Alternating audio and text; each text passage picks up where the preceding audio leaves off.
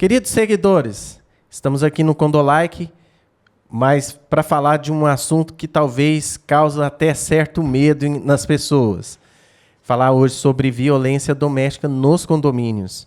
E graças a Deus, aqui em Uberlândia tem uma pessoa extremamente capacitada que a gente trouxe aqui para falar um pouquinho sobre esse assunto, que é a delegada da Polícia Civil, a Lia Valek. Isso. Eu vou deixar você se apresentar um pouquinho para nós, Lia. Seja bem-vinda ao Condolike. Eu que agradeço o convite. Eu falo que eu tenho um compromisso, né? Tem gente que faz compromisso de deixar de beber, de deixar de comer alguma coisa. Eu falo que meu compromisso é falar, né, sobre a violência contra a mulher, onde quer que eu vá e em todos os momentos que eu conseguir, para ver se a gente consegue diminuir, né, conscientizar, fortalecer as mulheres que passam por isso e ter números, né, ao menos não tão alarmantes como nós temos hoje em dia. Então, eu sou delegada da Polícia Civil há 16 anos aqui na cidade de Uberlândia. Antes de ser delegada, eu também já estava envolvida com a área policial. Eu fui policial militar por 6 anos, também aqui na cidade de Uberlândia. Então, eu tenho aí 22 anos já de trabalho voltado aí para a segurança pública. E há 5 anos eu trabalho com a violência contra a mulher, né? Eu trabalho na delegacia especializada no atendimento à mulher, que também é a delegacia de proteção à criança e adolescente e delegacia de proteção ao idoso. Então, lá a gente acaba trabalhando com todos esses grupos vulneráveis. Mas, sem dúvida nenhuma, né, os números mais alarmantes, os maiores números de violência com os quais nós trabalhamos lá é a violência contra a mulher, que tem sido, sem dúvida nenhuma, né, uma crescente, não só aqui na nossa cidade, mas a nível de Estado e de Brasil. E aí, por isso, é tão importante estarmos aqui hoje e em todos os outros momentos que a gente pode falar sobre a violência doméstica. Muito bom isso, doutora Lia. Eu posso chamar assim? Fica à vontade. Então tá bom. Lia, doutora. Eu vou chamar a doutora Lia porque assim, a gente aprende com os nossos pais a ter respeito. Eu acho que isso é uma coisa que a gente tem que levar para o futuro, né? E eu fico muito feliz de ter você aqui com essa bagagem que você tem aí de segurança pública, assim como a gente trouxe aqui também a Zeisa Dojo, que fala sobre autismo. Ela também tem uma bagagem excelente, uma mulher excepcional. E quando eu acabei de falar isso agora no podcast anterior, o quanto é bom a gente falar de algo que a gente tem domínios para falar, né? Isso até tranquiliza a gente consegue ter um certo domínio sobre aquilo que a gente fala. Mas, voltado aqui um pouco para o condomínio, para a área condominial, hoje, que eu acredito que você perceptivamente consegue identificar na cidade o tanto de condomínio que tem em Uberlândia, né? É verdade.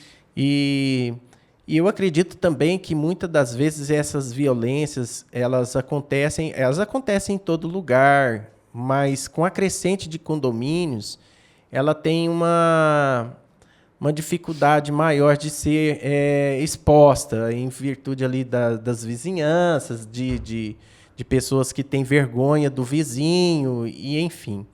Eu gostaria que você falasse um pouquinho hoje para nós, assim, qual que é o cenário dessa violência doméstica contra a mulher, contra o adolescente, aí abrangendo um pouco mais aí essa área de violência dentro da segurança pública.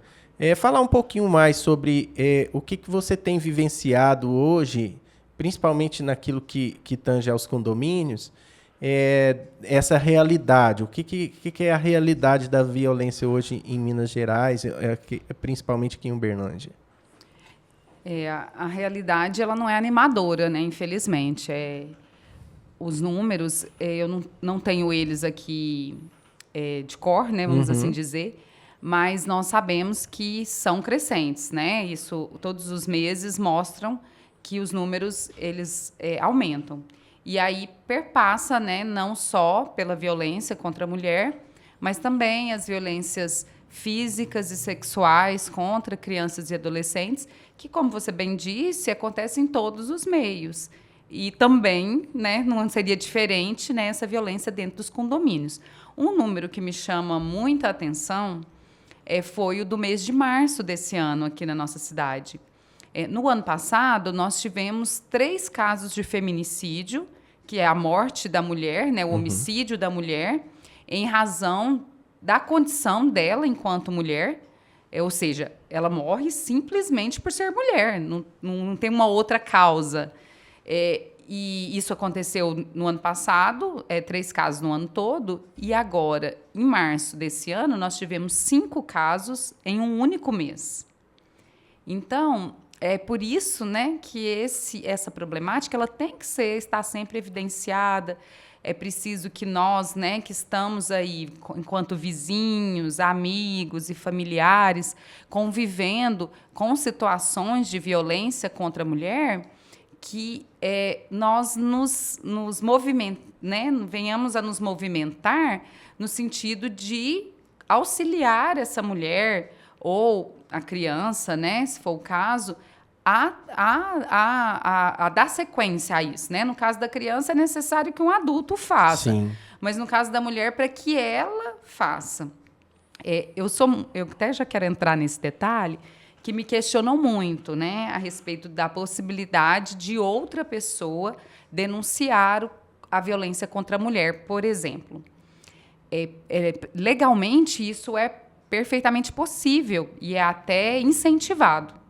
Porque hoje o crime de lesão corporal contra a mulher, no âmbito doméstico e familiar, ele é considerado como de ação pública incondicionada. Ou seja, não depende da mulher. Se o fato chegou às autoridades públicas por algum meio, o processo, né, o inquérito e depois a ação penal continuam mesmo que essa mulher não deseje que isso aconteça. No entanto, a gente está falando da teoria. A prática não é bem assim. Por quê? Eu posso ser, por exemplo, vizinha de uma mulher e saber que ela é agredida e decidir denunciar.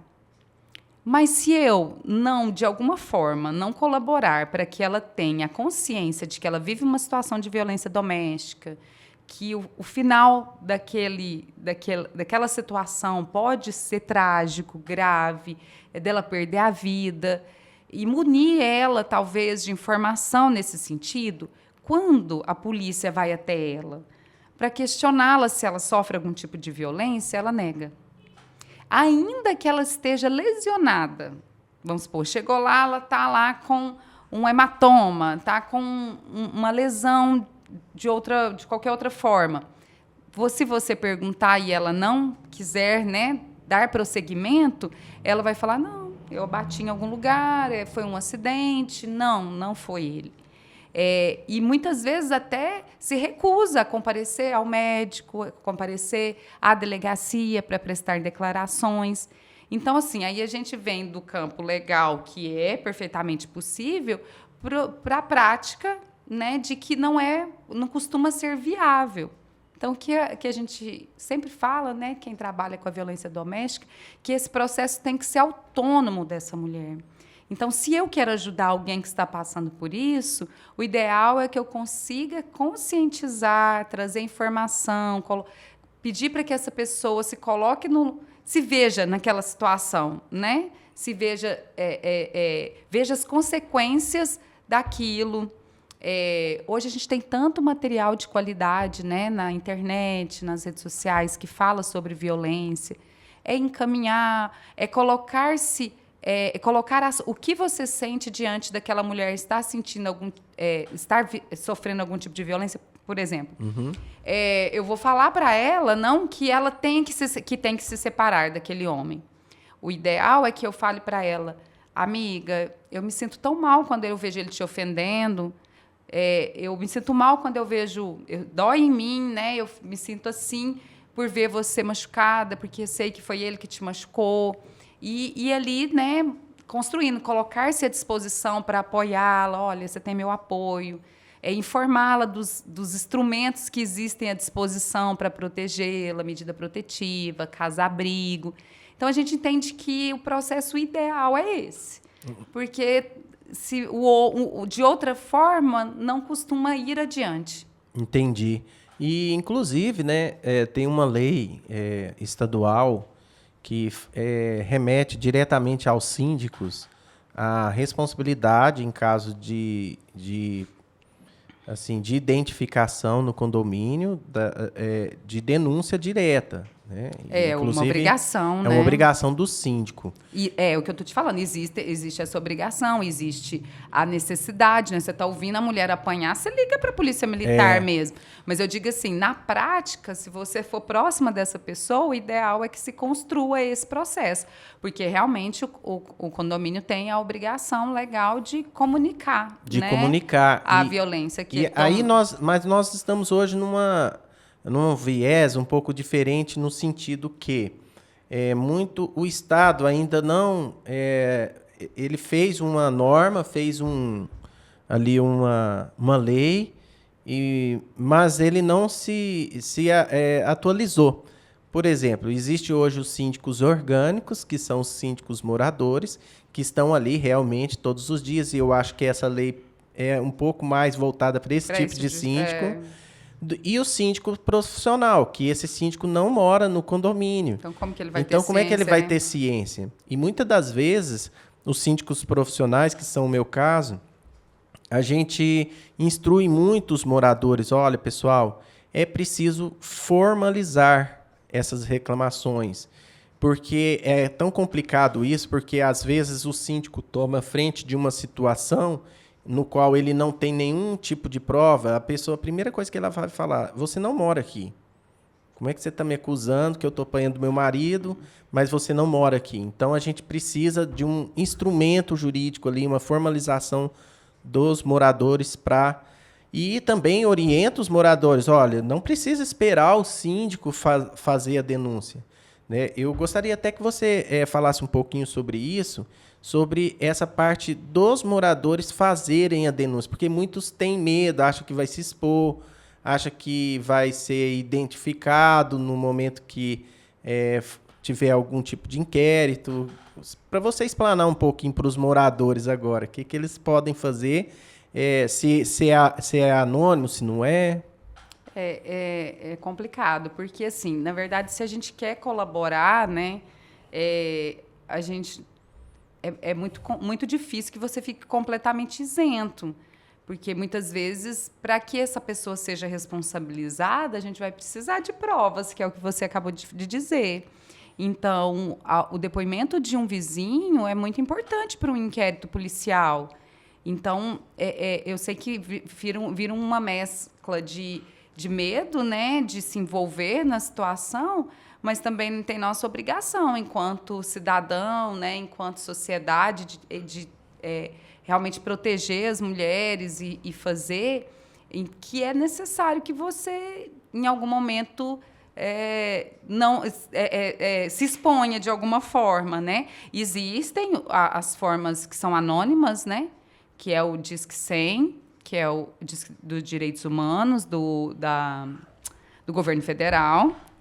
Mas esse é um dos que eu posso te dizer que, na prática, né, é um dos que não funciona. Lá na delegacia, a gente recebe assim, uma quantidade enorme de denúncias via Disque 100 e quase que nenhum é confirmado. Porque quando a gente, né, faz o contato com essa mulher, ela nega, ela fala, não acontece nada disso. Ou ela não quer providências, né? E o Disque 180, que é do governo estadual, também é anônimo. Então, é possível, sim, fazer dessas duas formas anônimas.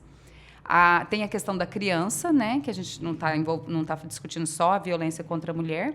Aí, em relação às crianças, tem o Conselho Tutelar também, que recebe as denúncias, que pode também ser feito de forma anônima, e esses outros meios também. Mas, em alguns momentos, como eu estou falando, é preciso que tenha essa consciência também da necessidade desse morador poder colaborar com a justiça. E, assim, aproveitando mesmo, até a nível de conhecimento, né, porque eu estou aqui também praticamente aprendendo. Uma pergunta direta. Nesse caso, quando a pessoa também ela é omissa, né? Num caso de omissão, eu não vou falar nada, porque se ele já é violento com a mulher, pode ser violento aqui comigo. E a gente está falando de uma comunidade de condomínio que as pessoas são muito mais próximas. No sentido assim, olha, eu vou ver esse cara aqui amanhã cedo, né? E às vezes eu falo alguma coisa aqui que não pode me comprometer com ele. Nesse sentido, e até mesmo para tirar essa... Porque acaba a omissão virando ali também um fator de culpa, vamos assim dizer, porque a pessoa, é aquilo que você falou, do papel do cidadão. Quando ele tem um papel de já estar na sociedade, ver algo que realmente infringe todas as leis e ameaça a vida da outra pessoa, ele não pode simplesmente achar que nada está acontecendo, né? Mas nesse caso a gente está falando de uma obrigação apenas moral. Moral, né? E não legal. O vizinho que se omite em relação a uma violência, ainda que seja contra uma criança, ele não responde por nenhum crime. A não ser que, por exemplo, a mulher lhe peça socorro, aí ele pode responder pela omissão de socorro. Existe um crime que é intitulado omissão de socorro. Mas dele ouvir, por exemplo, a violência, ele não pode responder criminalmente por isso. Diferente, por exemplo, do caso da mãe, que ela é responsável legal pela criança. Então, se ela presencia a criança sendo vítima de algum tipo de crime, por exemplo, um abuso sexual, um padrasto, pai, sei lá, ela vê e não se omite, ela sim.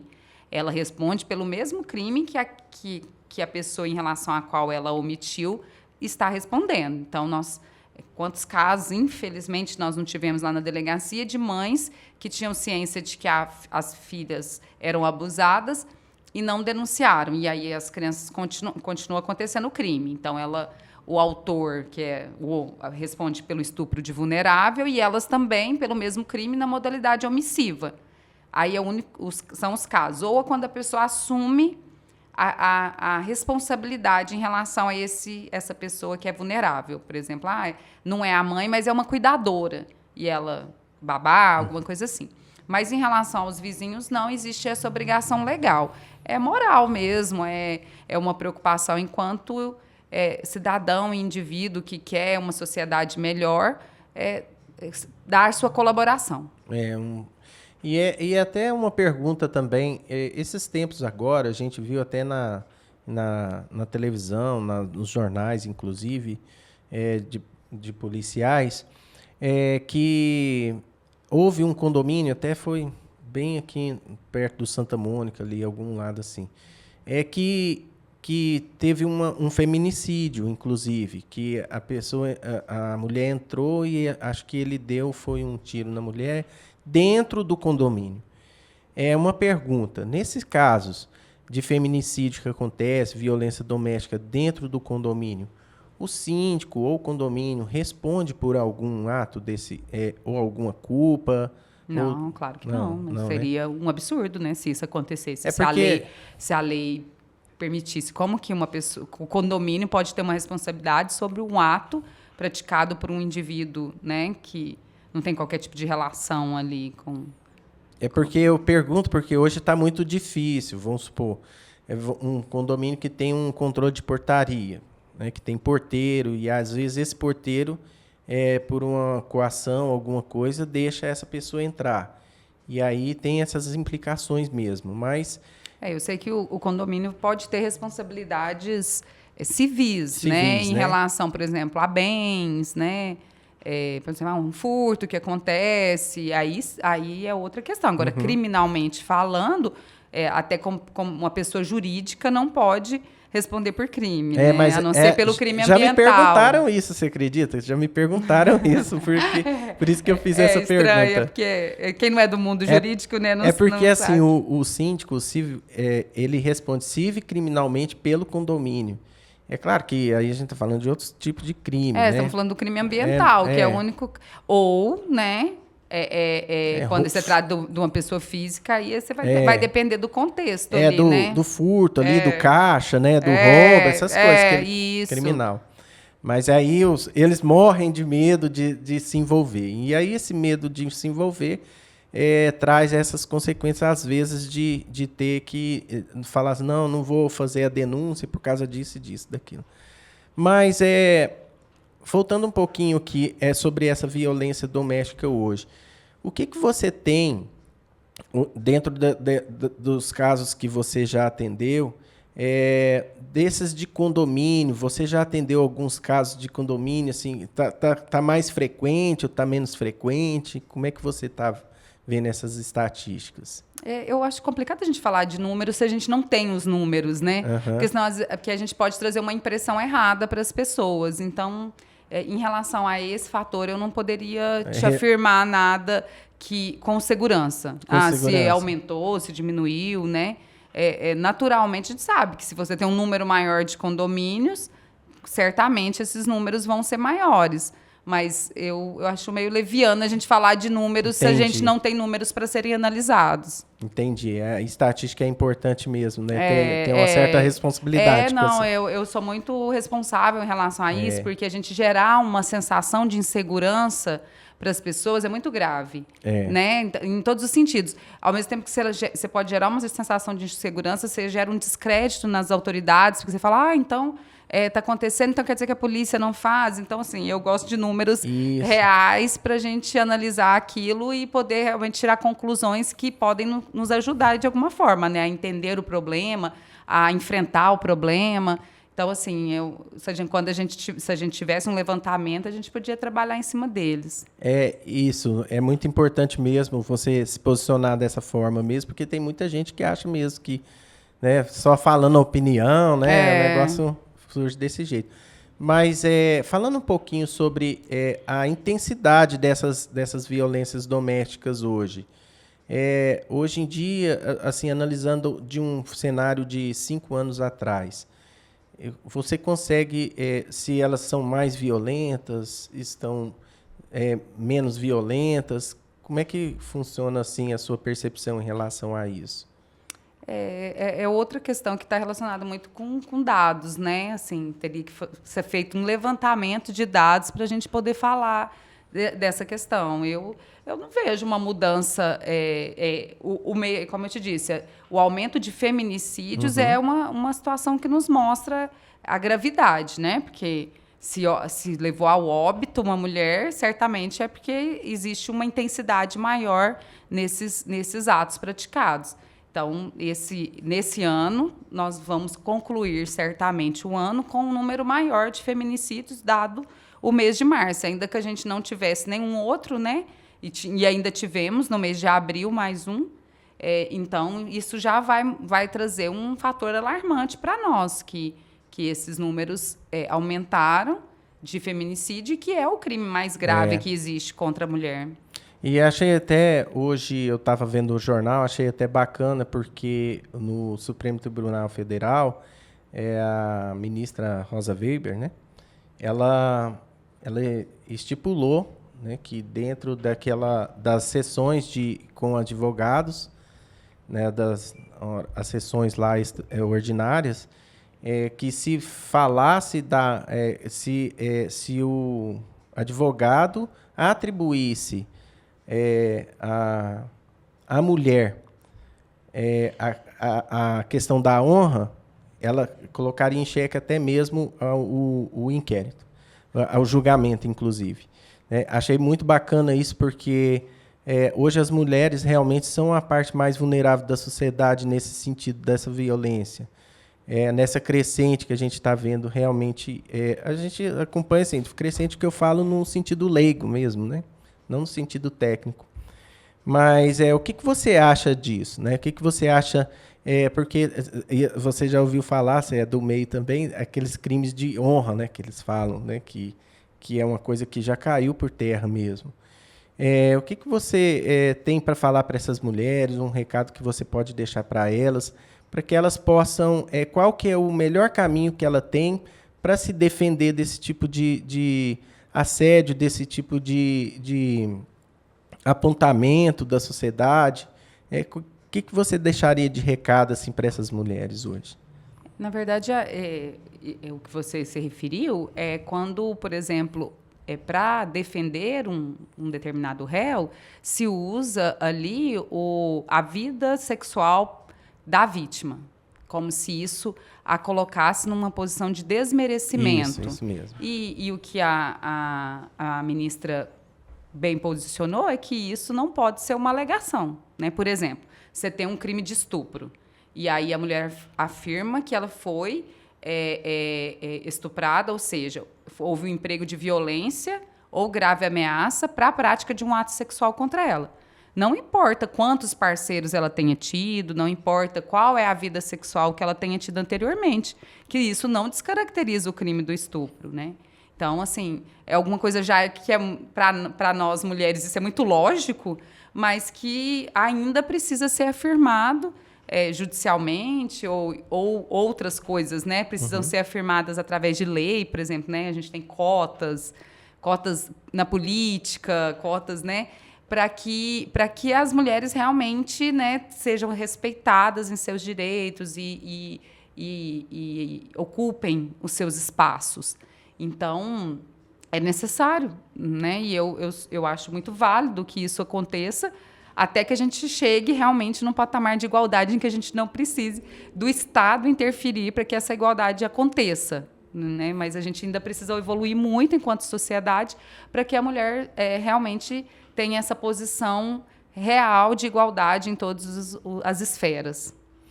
E assim, você com essa experiência, com essa bagagem que é maravilhosa nesse sentido de ter essa postura que você tem, não maravilhosa no sentido porque realmente é muito triste falar sobre violência, falar sobre, né, esses tipos de coisas que a gente não gostaria de falar com tanta normalidade, vamos assim dizer.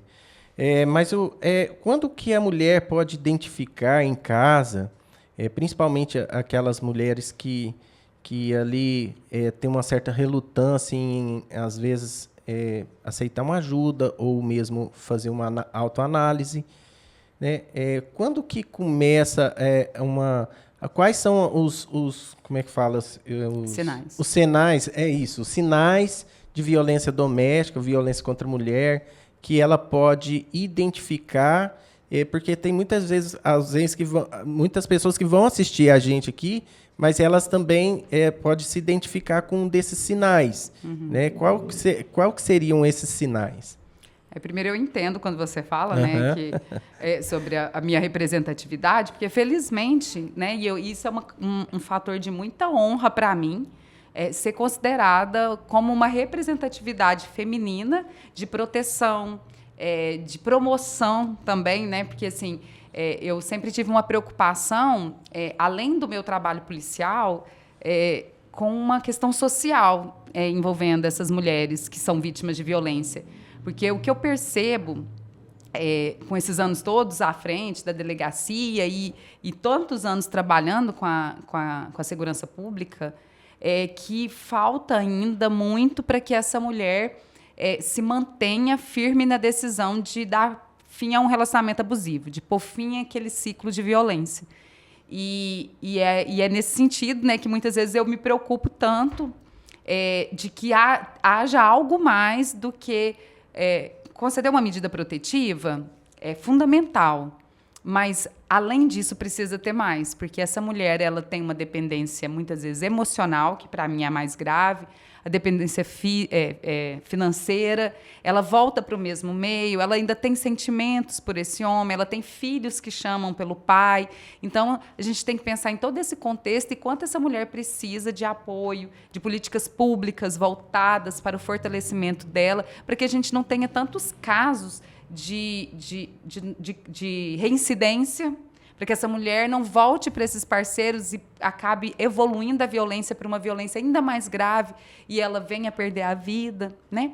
Mas voltando na questão dos sinais, eu gosto de contar esse caso para exemplificar o quanto é sério, porque a gente sempre pensa na violência doméstica contra a mulher, na violência física, né? No tapa, no empurrão, no soco, numa facada. A gente sempre pensa assim. Mas a violência ela é muito mais ampla do que isso, né? A gente tem aí a violência moral, que é quando esse autor da violência, que pode ser homem ou mulher. A gente acaba se referindo muito aos homens porque é a maior parcela. É a maior parcela, né? Às vezes parece meio injusto a gente ficar falando todo o tempo todo de homem, mas é porque os números, né, mostram. Mas existem mulheres que praticam violência contra outras mulheres também.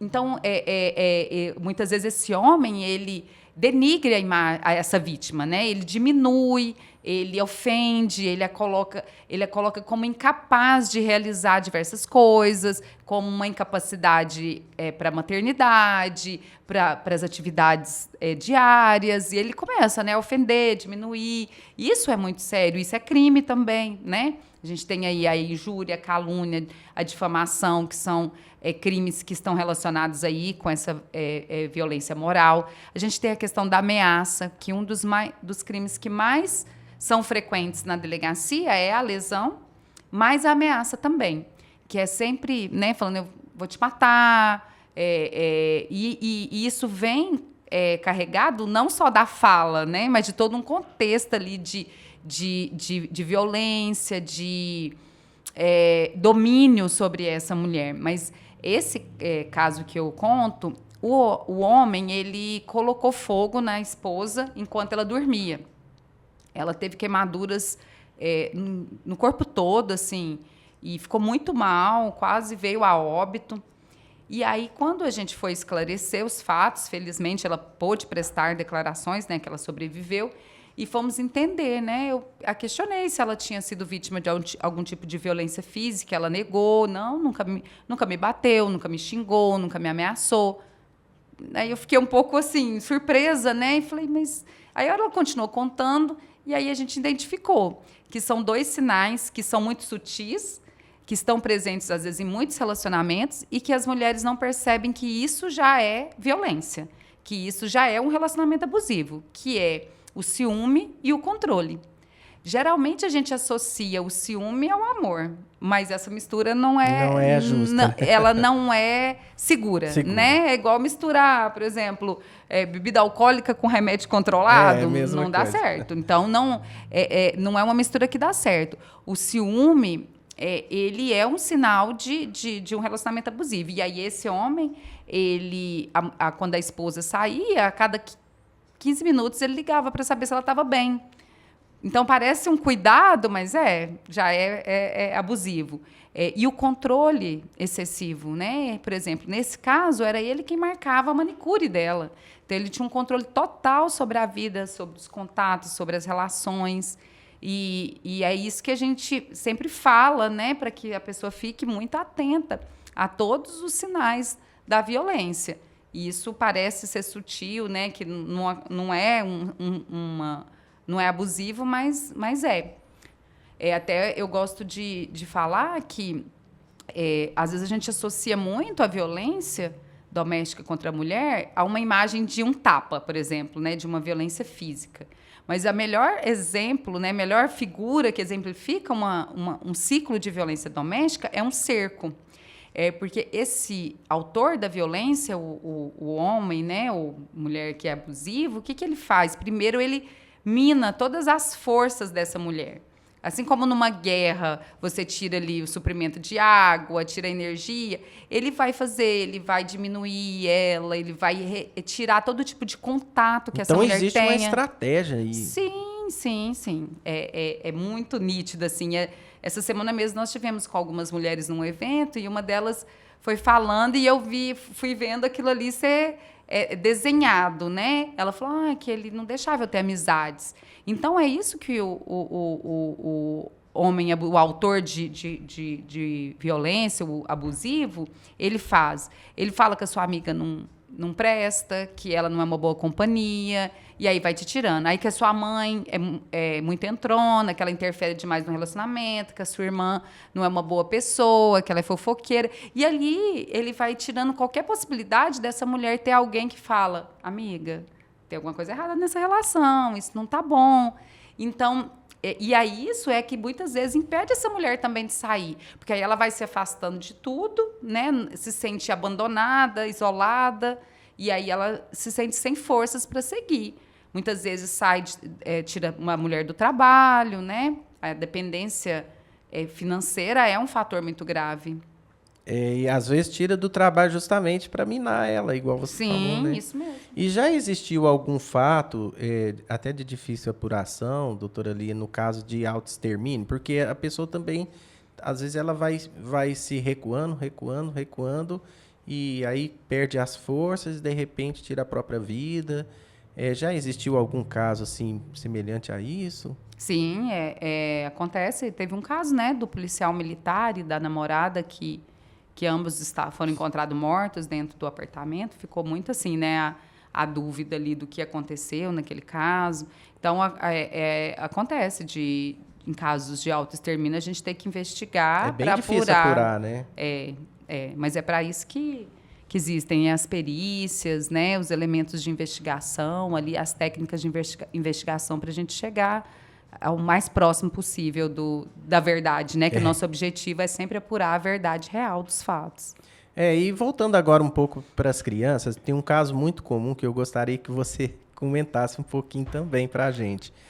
É que os moradores, às vezes eles veem o síndico como uma pessoa muito chata na hora dele falar que, olha, você não pode deixar o seu filho sozinho no estacionamento, você não pode deixar o seu filho sozinho no parque, né? E acontece demais mesmo essa questão. E a gente já foi orientado, inclusive pela conselheira tutelar aqui de Uberlândia, sobre alguns casos que pode configurar também a questão do abandono de incapaz, em algum acidente doméstico ali, alguma coisa que acontece e que o pai não está presente, né? Você poderia falar um pouquinho sobre essa parte da violência, porque não é só a criança estar no parquinho. A gente não sabe quem mora no condomínio. Nem todo condomínio tem câmera. Pode ser que a pessoa vá ali, pega uma criança, leva para algum lugar, você não está sabendo de nada, oferece alguma coisa para a criança. Então, nesse sentido, assim, que você orienta os pais e se algo acontecer nesse sentido, qual é a culpa do pai? Ele pode ser enquadrado nesse crime, né? Porque é um crime, pode-se dizer? Pode-se dizer não, É um crime, né?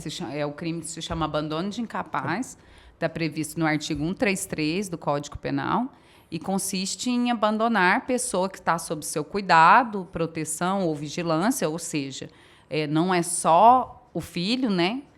Se você é o cuidador, eu sou a avó, mas estava sob os meus cuidados, então sou eu o responsável naquele momento, né?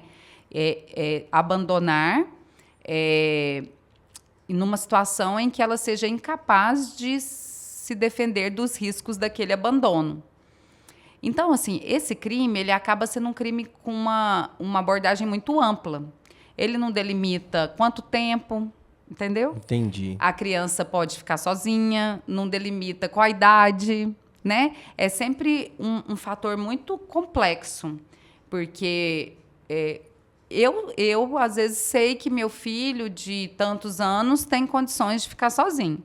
Mas se algum vizinho denunciar e a polícia for até o local e encontrar ele sozinho, aí você vai depender de quem está tomando as providências, que é o policial militar, depois o delegado, depois o juiz, se ela entende que ele realmente não tinha condições de se defender do risco do abandono que foi deixado ali. Então, para evitar, a gente tem que estar sempre monitorando os nossos filhos.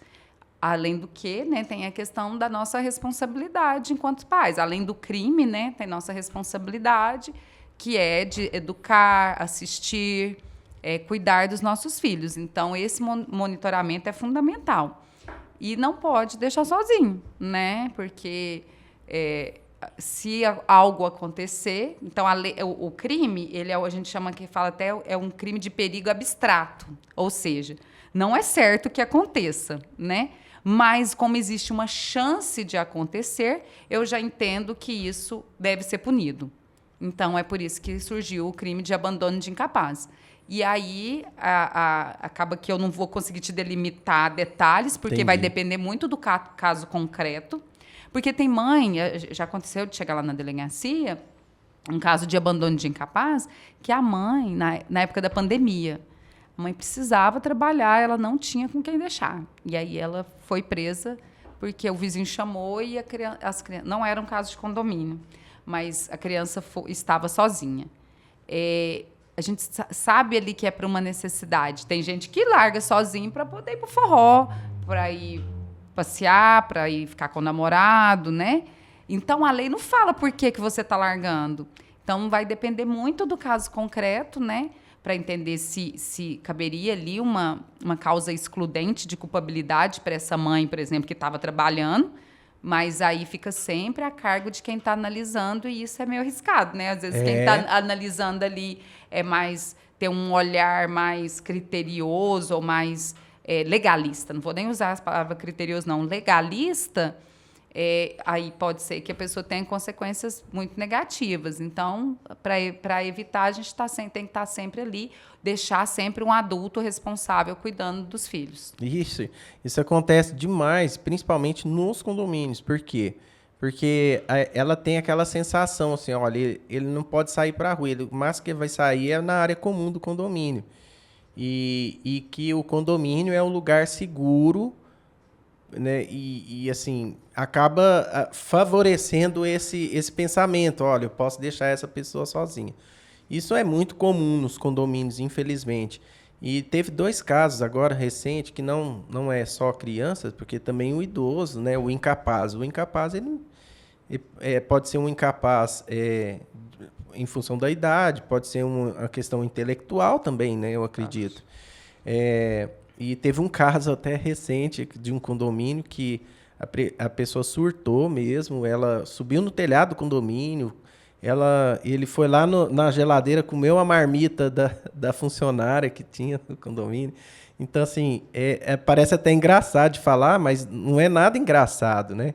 Fala assim porque foge um pouco da nossa rotina, que às vezes nos surpreende dessa maneira. Mas que aí a gente foi questionar o pessoal, falou, olha, vocês não podem deixar ele sozinho. Não, ele tem laudo psiquiatra, tal. Então, não pode deixar sozinho. E, às vezes, as pessoas acham que o síndico é aquela figura chata que fica regulando. Não, mas ele, às vezes, esses poucos conhecimentos que a gente tem, às vezes, sobre o assunto, ainda nos dá algum tipo de amparo para a gente ter ali, falar, olha, não é certo o que você está fazendo, né? E existe muito. No caso dos idosos mesmo, né? Quando que porque tem gente que assim não quer largar o idoso, porque às vezes ele que cuida do idoso recebe a pensão do idoso, né? Ali para ajudar nas questões domésticas. Como é que a senhora ali, assim, que tipo de sinais, vou te perguntar também a respeito desses sinais, né? Quais são os sinais mais comuns assim, que as pessoas podem identificar que esse cenário está acontecendo dentro dos condomínios? Você fala em relação ao quê? Em relação assim, ao idoso, por exemplo, da pessoa estar extorquindo o idoso ali na função do salário dela, de não estar prestando uma assistência justa, né? Que seja salubre ali porque tem muitos casos dos idosos estar bem abandonado mesmo. Você chega às vezes, eu já fui em um apartamento uma vez que eu cheguei, quase que eu não conseguia entrar no apartamento, porque morava um idoso e a menina, porque o pessoal reclamou muito do mau cheiro que estava vindo do apartamento. E aí eu até nem fiquei nesse condomínio muito tempo. Aí eu cheguei lá, ela realmente estava insuportável. Aí você percebe que era maus tratos, assim, era uma coisa que a gente não sabia lidar. Faz uns 6 anos isso. A gente tem vários crimes que podem estar relacionados aí com a questão do idoso, né? O próprio abandono, porque a lei fala abandonar incapaz, né? Em uma situação que ele não possa se defender, e ainda tem lá na previsão do Estatuto do Idoso o crime de abandono. Então, essa questão de quando que ele estará abandonado ou não é muito do caso concreto, porque aí vai depender do quanto o idoso é independente ou não, quanto ele tem condições, né? Não é porque é uma pessoa idosa que ela tem que estar com acompanhante, diferente da criança, né? A criança... não, minha filha tem 6 anos, mas ela é uma moça. Eu posso deixar ela sozinha? Não pode. Agora, o idoso não. O idoso depende muito de como ele está, né? Física e mentalmente. Se ele tem condições de ter autonomia, né? Que até a palavra que é mais utilizada, se ele tem autonomia para exercer todas as suas atividades, aí não tem o que falar em abandono. Mas, se não, ele precisa ter o acompanhamento, o estar ali apoiado de alguma forma. E tem essa questão também, né? Tem que ter condições tanto de higiene, como física, como alimentação. Caracteriza crime os filhos, né? Aqueles que têm... Porque os pais têm o dever de cuidar dos filhos até a maioridade, e depois, quando eles se tornam idosos, isso inverte, né? Os filhos que passam a ter o dever. Ah, meu pai não era bom? Não importa. Você, sendo filho dele, você tem o dever. Ah, mas ele nunca ligou para mim. Você tem essa obrigação legal de cuidar do seu pai, independente se ele foi bom, se ele foi ruim, se ele ajudou, se ele não ajudou. Ah, ele não pagava pensão, não importa. Você vai ter que cuidar dele quando ele for um idoso e não tiver condições de se cuidar. E tem também essa questão, né, de se valer dos bens, proventos, da aposentadoria, dos valores, né, que esse idoso possa ter. Esse é um pouco mais difícil, que acaba que só a família consegue a gente identificar. teve um caso recente daquele o famoso caso lá do senhor que foi no banco, né, que estava já falecido e tal, né, que está sendo investigado. Mas, assim, não falando da questão de levar ao falecido, porque isso não é algo muito comum que acontece. Mas é muito comum, às vezes, as pessoas se aproveitar dessa fragilidade do idoso e ir lá pegar um empréstimo no nome do idoso. Isso é crime também. Mas, assim, eu até, às vezes, eu fico até meio sem palavras em ver o tanto que você domina esse assunto. A experiência, né? A experiência é uma coisa... Na verdade, a gente sabe. E é até interessante porque, assim, a gente queria trazer um ponto de vista aqui para os condomínios, é que, muitas vezes, as pessoas que moram no condomínio, doutora Lia, eles são muito despreparados para a vida, de uma forma geral. Assim, a gente administra aqui hoje cerca de 80 condomínios, aí na faixa de 4.000 unidades. Aí a gente multiplicando isso aí dá quase 8.000 pessoas que a gente acompanha no dia a dia. Então, assim, a gente também se preocupa com as pessoas tanto quanto a senhora, né? Em outro âmbito, né, no caso. Mas essa parte dos condôminos, o que eu quero dizer é o seguinte, que às vezes as pessoas elas não conseguem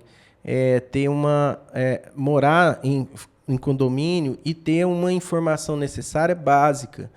Esses casos contingenciais que precisam acontecer, no caso de uma denúncia, de uma identificação, de uma empatia com o seu vizinho, para você saber ali que você pode ajudar ele mesmo, até por uma questão moral, igual a senhora falou. É difícil, sabe? Por isso que a gente traz, às vezes, uma pessoa que realmente sabe, fala bastante nesse sentido.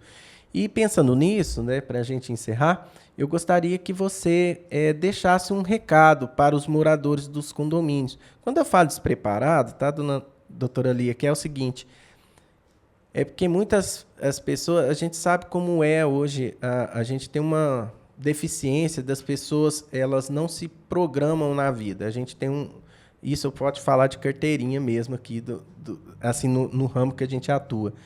As pessoas não se planejam, não se planejam a longo prazo, elas chegam, assim, quase que igual a gente chega nu no mundo, acho que ela chega na vida condominial também, sabe? Totalmente despreparada, às vezes objeto de manipulação de síndico, de administrador, até mesmo de outros moradores do condomínio. Então, eles ficam com muito de informação e não sai do lugar.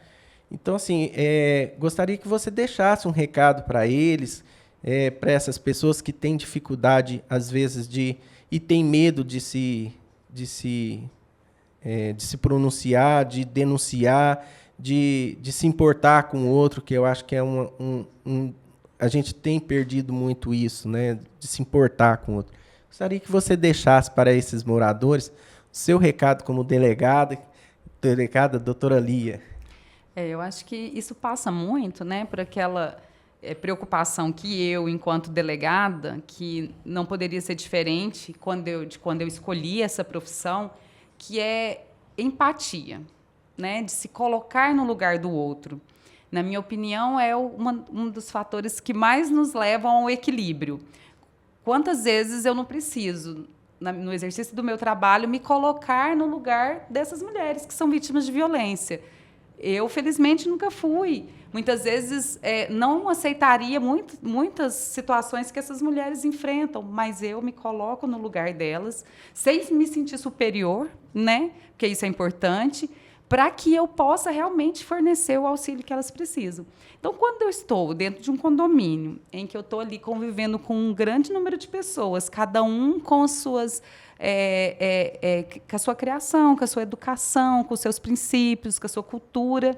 Eu acho que se colocar no lugar do outro é o lugar em que você vai ficar numa posição de maior equilíbrio, né? Sempre que eu for agir, pensar, será que eu gostaria que o outro fizesse isso por mim, ou que eu tivesse esse apoio do outro? E pensar nessa coletividade, porque eu acho que também é o papel, né, de quem... pessoas que estão na posição, né, de uma delegada de polícia, como eu penso no coletivo, não só em mim. Então, quem está dentro de um condomínio também precisa pensar no coletivo, seja do seu vizinho, se você está vendo alguma situação que você tem que interferir, tem que ajudar, tem que colaborar, ou mesmo que tem que se abster, né, eu não vou interferir, porque isso pode trazer, talvez, um transtorno para essa coletividade. Então, acho que o recado é esse. Empatia e pensar de uma forma coletiva. O que é o bem quando a gente se refere à coletividade? Olha, é maravilhoso a gente ouvir essas palavras de uma delegada, sabe? Porque muitas das vezes as pessoas, até aproveitando falar um pouco, que elas veem, às vezes, o funcionário público como uma pessoa fria, uma pessoa que lida com muita gente, com várias situações todo dia, né? Que no fria no sentido de perder a sensibilidade, né? E a gente percebe que uma funcionária pública, uma pessoa que é mulher, de extrema sensibilidade, ainda ter empatia por aquilo e amor pelo aquilo que faz, é uma coisa que realmente chama a atenção da gente, tá? Eu quero te parabenizar pelo seu trabalho. Fico muito feliz de você ter vindo aqui falar um pouquinho para a gente. Pena que os espaços são muito pequenos, a gente não consegue dar vazão a tudo, mas agradecer mais uma vez. Sucesso no seu trabalho, como sempre, né? Depois, se você quiser deixar aí também para o pessoal te acompanhar nas redes sociais. Eu gostaria, tá? Seria bem interessante. É interessante. Eu tenho um Instagram, eu divulgo bastante de tudo que eu faço ali, não só do trabalho como delegada, mas todas as outras atividades, projetos sociais, que eu também... Qualquer dia a gente pode falar sobre isso. Bacana. É só... @delegada Lia Valec. Tá bom, aí a gente vai colocar lá depois, marcando para o pessoal também te seguir lá. Obrigada, tá bom? mais uma vez eu agradeço a oportunidade de falar sobre tantos assuntos, né? Que a gente não se limitou, e isso é ótimo, porque há muito a que se falar mesmo, então eu agradeço muito a oportunidade da gente poder discutir esses assuntos e me coloco sempre à disposição. Ok, obrigado. Então vamos virar para aquela câmera do meio lá, dar o nosso joinha e falar Condolike, tá bom? 1, 2, 3 e Condolike.